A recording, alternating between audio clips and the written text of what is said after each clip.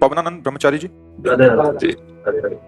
महाराज जी, सदगुरुदेव की कृपा से 12 वर्ष पूर्व हनुमान जी की सेवा का सौभाग्य और साधु जीवन मिला। अपने इष्ट में अपना अनुराग अनुरक्ति कैसे बढ़े व साधु जीवन में अपने ब्रह्मचार्य जीवन को कैसे भक्ति से पुष्ट करें?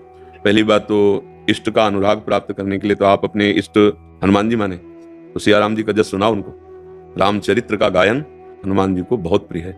रामचरित्र सुनवे को रसिया, भगवान श्री राम के पावन चरित्र सुनने के लिए हनुमान जी के कान लालायित रहते। सबसे बहुत प्रिय वस्तु है भगवान नाम कीर्तन और भगवत चरित्र। तो सियाराम जी के नाम का कीर्तन और सियाराम जी के पावन चरित्र का यदि उनको श्रवण कराओ हनुमान जी को, तो फिर वो राम रसायन तुम्हारे पासा, राम जी की जो प्रेम लक्षणा भक्ति है वो आपके हृदय में आ जाएगी। तो हनुमान जी अधीन हो जाएंगे, हनुमान जी अधीन हो जाएंगे। सियाराम के प्रेमी में हनुमान जी अधीन होते हैं। अगर सियाराम से प्रेम नहीं तो तुम जो साधन करे उसका फल दे देंगे, वो प्रेम वाली बात नहीं रहेगी। आपने कहा इष्ट का अनुराग, अनुराग का मतलब होता है प्रभु को बांध लेना। ये सियाराम जी का चरित्र, सिद्धि प्रकरण में मत पहुंच जाना, नहीं तो फिर उसमें अमंगल की भी जगह रह जाती है। हाँ, और दूसरी बात ब्रह्मचर्य की बात, तो ब्रह्मचर्य के लिए हमारा पहले संकल्प होना चाहिए। ऐसा संकल्प जो प्राण भले चले जाएं पर हम संकल्प नहीं तोड़ेंगे। जीवन में हम किसी भी प्रक्रिया के द्वारा अपने ब्रह्मचर्य को नष्ट नहीं करेंगे। अब उसकी सावधानियां, खान पान का, देखने सुनने का, मिलने जुलने का, इस पर सावधानी रखें। अगर हमारे नेत्र चंचल रहेंगे, कुछ भी देखेंगे, कान चंचल रहेंगे, कुछ भी सुनेंगे, मन चंचल रहेगा, कुछ भी सोचेगा, तो कुछ करो या ना करो, ब्रह्मचर्य नहीं रह सकते। क्योंकि एक नाड़ी है अंदर, मनोवाह नाड़ी उसे कहते हैं, जहां आपका चिंतन कामासक्त हुआ वो गर्म हुई, तो जैसे मंथन करके दूध से घी अपने आप निकल लिया जाता है, उसमें समाया हुआ है। ऐसे कहीं पूरे शरीर में ब्रह्मचर्य की कोई थैली थोड़ी, जैसे पित्त की थैली, ऐसे नहीं, पूरे रक्त में वो समाहित है। वो मनोवाह नाड़ी समझो मथानी, जी हुई आपका गलत चिंतन हुआ, वो गर्म हुई और अपनी प्रक्रिया शुरू कर दी।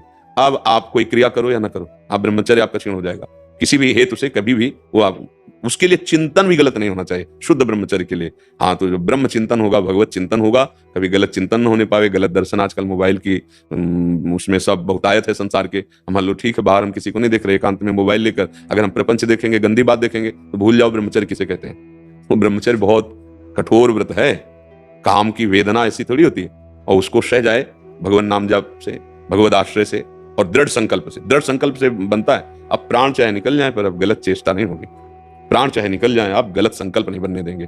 जहां संकल्प बनने, राधा राधा राधा, जो भी नाम आपको प्रिय हो, नाम का तुरंत कीर्तन करने लगे, तुरंत मन को एकाग्र ना होने दे उस विषय में। बड़ी सावधानी का विषय है। जहां मन एकाग्र हुआ आप तन्मय हुए, फिर आप नहीं बच सकते, वो संकल्प बना लेगा। तभी कहते बहुत कसम खाई लेकिन निर्वाह नहीं कर पा रहे। और कुसंग, प्रगट में कुसंग, बहुत सावधानी। ब्रह्मचर्य महान व्रत है, ये बड़े भाग्यशाली जन हैं जिस पर दृष्टि रखते। भले आप गृहस्थ में रहो, सीमित ब्रह्मचर्य रहो भाई। एक होता नैष्ठिक ब्रह्मचर्य आजीवन के लिए, एक होता समय के अनुसार। जैसे आप पानी ग्रहण संस्कार के गृहस्थ में तो बहुत सावधानी पूर्वक कि इतने दिन ब्रह्मचर्य, फिर इसके बाद गृहस्थ धर्म का संयोग, फिर इतने दिन ब्रह्मचर्य, तो आपका स्वास्थ्य ठीक रहेगा, बुद्धि ठीक रहेगी। अब तो ऐसी बुद्धि हो गई है कि इसे निषेध की तो वृत्ति ही नहीं रह गई है। बस इस लग रहा है भोग सामग्री एकत्रित कर लो और मनमानी भोगो। ये तो पशुओं को भी प्राप्त है। अगर ये सुख है तो दुर्लभो मानुष देव क्यों कहा गया, फिर बड़े भाग मानुष तन पावा, ये इसके लिए नहीं। ब्रह्मचर्य एक ऐसी शक्ति है जो बड़ी से बड़ी विपत्ति और दुख में भी वो आपका मित्र बना रहेगा। एक उत्साह, एक गंभीरता, एक तेज, जो तो वे परास्त नहीं कर सकता, कोई भी काल भी परास्त नहीं कर सकता। समुझ जाए शरण ते डरत ना काल डर।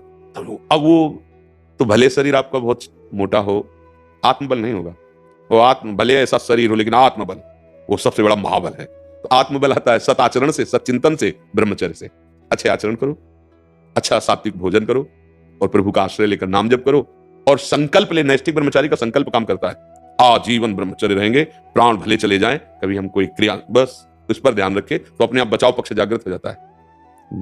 जैसा गुरुजन आदेश करते हैं वैसे इस मार्ग में चला जाता है। प्रभु के मंदिर के सिवा ऐसे नहीं किया जाता था पूर्व में। यह चाल बस इतनी थी कि 1-2 हाथ जमीन दिखाई दे और भिक्षा भी ऐसे ही लिया जाता। कभी कोई दोस्त नहीं बना आज तक, कोई किसी से मित्रता नहीं, किसी से शत्रुता नहीं, कोई अपना नहीं, कोई पराया नहीं। अब एक ही प्रभु जैसी सेवा दी है। जब तक भगवत भाव ना हो तब तक बहुत बचने की जरूरत। भगवत भाव हो जाए तो कोई भ्रष्ट नहीं कर सकता। क्योंकि जैसे देवताओं के मंगल के लिए भगवान ने समुद्र मंथन कराया था, जब अमृत कलश निकला तो दैत्य अपहरण कर लिए गए। तो भगवान ने देवताओं से कहा चिंता मत करो, मैं अभी लाता हूं। और भगवान देखते देखते मोहिनी रूप बन गए। अब देवता सब जानते थे कि श्री भगवान है, इसलिए एक भी मोहित नहीं हुआ। और दैत्य जानते नहीं थे कि भगवान है, तो सब मोहित हो गए और अपने आप अमृत का कलश हाथ में दे दिया। अगर हम सब में भगवत भाव जान जाए तो कोई मोहित नहीं कर सकता, यहां से लेकर ब्रह्मलोक तक। जब भगवान का मोहिनी रूप देवताओं को नहीं मोहित कर पाया, केवल इस बात के लिए कि मेरे भगवान है, जान गए थे। ऐसे ही शास्त्र और भगवान स्वयं कह रहे हैं, मैं सबके हृदय देश में विराजमान हूं। अगर हृदयस्थ भगवान का दर्शन है तो कोई आपको नहीं। अभी हमारी दृष्टि वो नहीं है। अभी दृष्टि है स्त्री पुरुष, अच्छा बुरा, तो हमें अपनी दृष्टि बचानी है। हमारे कान बचने चाहिए। अगर गंदी बातें सुनेंगे, गंदे लोगों का संग करेंगे, गंदा आहार करेंगे तो ब्रह्मचर्य सवाल ही नहीं उठता। ब्रह्मचर्य के लिए बिल्कुल जैसे साधना में तपस्वी अपनी तपस्या को सुरक्षित रखता है, ऐसे ब्रह्मचर्य महान तप है। ब्रह्मचर्य एक महान व्रत है और बड़ी भगवान की कृपा है जो आप नैष्ठिक ब्रह्मचर्य धारण करना चाहते हैं। तो आप कई बजे जगते हैं? आप जगते कई बजे? महाराज जी सुबह प्रातः 4:30-5 बजे तक। नहीं, ये ब्रह्मचारी की दिनचर्या नहीं होती। जब आप विरक्त मार्ग के पथिक हो, बस 2 या ढाई बजे तो जब हम निकलते हैं यहाँ से तो कम से कम 10,000 15,000 लोग खड़े होते हैं 2 किलोमीटर में। अब आप सोचो, केवल वो एक बाबा जी को देखने के लिए 15,000 लोग खड़े हैं और हम भगवत दर्शन करना चाहते हो। हम 4 बजे तक सोए, 5 बजे तक, तो हमारी क्या रहनी है? हमारी क्या दिनचर्या है? उठो पहले और अपनी दिनचर्या करके व्यायाम करो और 1 घंटा पद्मासन में बैठो। आता है पद्मासन? सिद्धासन? जब तक सिद्धासन और पद्मासन तो ऊर्ध्व रेता कैसे? अगर वीर ऊर्ध्वगामी नहीं हुआ तो फिर अधोगामी तो हो ही जाएगा। आप नैष्ठिक ब्रह्मचर्य की बात कर रहे हैं इसलिए आपको कह रहे हैं। हाँ, पद्मासन में बिना हिले 48 मिनट का अभ्यास करो। 2 घड़ी कहते हैं, एक घड़ी होती है 24 मिनट, 24 दूनी 48। पद्मासन लगा, मेरुदंड सीधा 90 अंश का कोण, ये सीधा आपका स्वरूप, पीछे से नाप आ जाए तो बिल्कुल 90 अंश का, बिना हिले 48 मिनट का, केवल 3 घंटे का अभ्यास किया जाता है। 3 घंटे बिना हिले एक आसन पर, चाहे पद्मासन हो तो यहाँ 6 घंटे का ब्रह्मचर्य, ऐसे नैष्ठिक ब्रह्मचर्य। सिद्धासन चाहे योग की जो चित्र के साथ प्रकाशित होती है उसमें देख लीजिए, या फिर किसी योगी से, क्योंकि अब जैसे बैठे हैं उसमें से, और वो एकांत में आसन की प्रक्रिया है कि उसकी जो बाएं पैर की जो एड़ी है वो बीच में आना चाहिए, गुदा के आगे और उसमें बीच में होनी चाहिए, और दाहिने पैर की जो एड़ी है वो यहां होनी चाहिए, नाभि के एकदम नीचे, और फिर सीधा एकदम। होश उड़ जाएंगे, ऐसे लगेगी कि नस नाड़ियां टूट गई है कोई ऐसे, तो तब उसके पूरे शरीर में जो गर्मी पैदा होती है, जो शक्ति पैदा होती है, उससे वीर ऊर्ध्वगामी होता है। और जिसका वीर ऊर्ध्वगामी हो गया वही अखंड ब्रह्मचारी कहा जाता है, नैष्ठिक ब्रह्मचारी कहा जाता है। फिर ये स्वप्न दोष और सब नाना प्रकार की जो कुप्रवृत्तियां हैं, इनका प्रश्न ही नहीं उठता। तो अब भगवान की कृपा से बस बहुत संयम से चला जाए, अहोभाग्य धन्य भाग्य जैसा, पर खान पान बहुत संयम।